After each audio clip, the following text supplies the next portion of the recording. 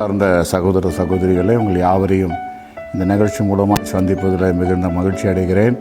கடந்த நாளிலே நீங்கள் அநேகர் இதுக்கு ஆதரவு கொடுத்தீர்கள், அநேகர் நிகழ்ச்சிகளை பார்த்தீர்கள் என்பதை அறியும்போது கர்த்தருடைய நாமத்துக்கு மகிமை உண்டாகட்டும். இந்த நாளிலும் உங்கள் மத்தியிலே தேவனுடைய வார்த்தையை பகிர்ந்து கொள்வதில் மிகவும் மகிழ்ச்சி கொள்கிறேன். இந்த நாளில் கர்த்தர் நமக்கு கொடுத்த வசனம் சங்கீதம் 37 அதிகாரம் 23 வசனம்.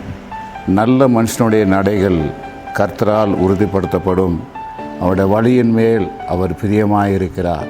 எனக்கு அன்பானவர்களே, வேதம் சொல்லுகிறது நல்ல மனுஷனுடைய நடைகள் கர்த்தரால் உறுதிப்படுத்தப்படும்.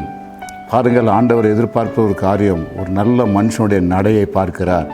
அவருடைய வழியின் மேல் அவர் பிரியமாயிருக்கிறார், அவன் மேல் பிரியமாயிருக்கிறார். வேதம் சொல்லுகிறது நல்ல மனுஷனுடைய நடைகள் கர்த்தரால் உறுதிப்படுத்தப்படும். உங்களுடைய நடைகளை ஆண்டவர் உறுதிப்படுத்துவார், உங்களுடைய வாழ்க்கையை உறுதிப்படுத்துவார்.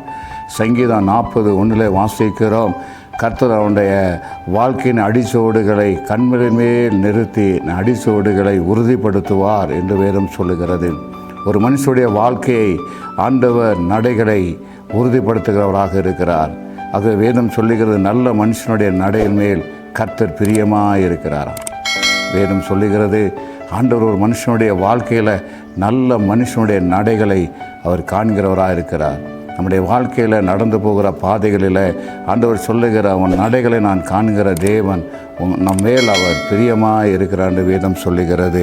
அவன் வழியின் மேல் அவர் பிரியமாக இருக்கிறாராம். நம்ம நடந்து போகிற பாதைகளில், கடந்து போகிற பாதைகளில் அவர் நம்ம மேல் பிரியமாக இருக்கிறார் என்று வேதம் சொல்லுகிறது.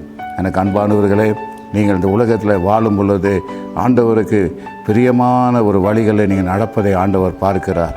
நம்முடைய வழியின் மேல் அவர் பிரியமாக இருக்கிறார் என்று வேதம் சொல்லுகிறது. இந்த வசனத்தின்படி கர்த்தர் தாமே உங்களை ஆசீர்வதிப்பாராக. இந்த வசனத்துக்காக நான் கர்த்தரை மகிமைப்படுத்துகிறேன்.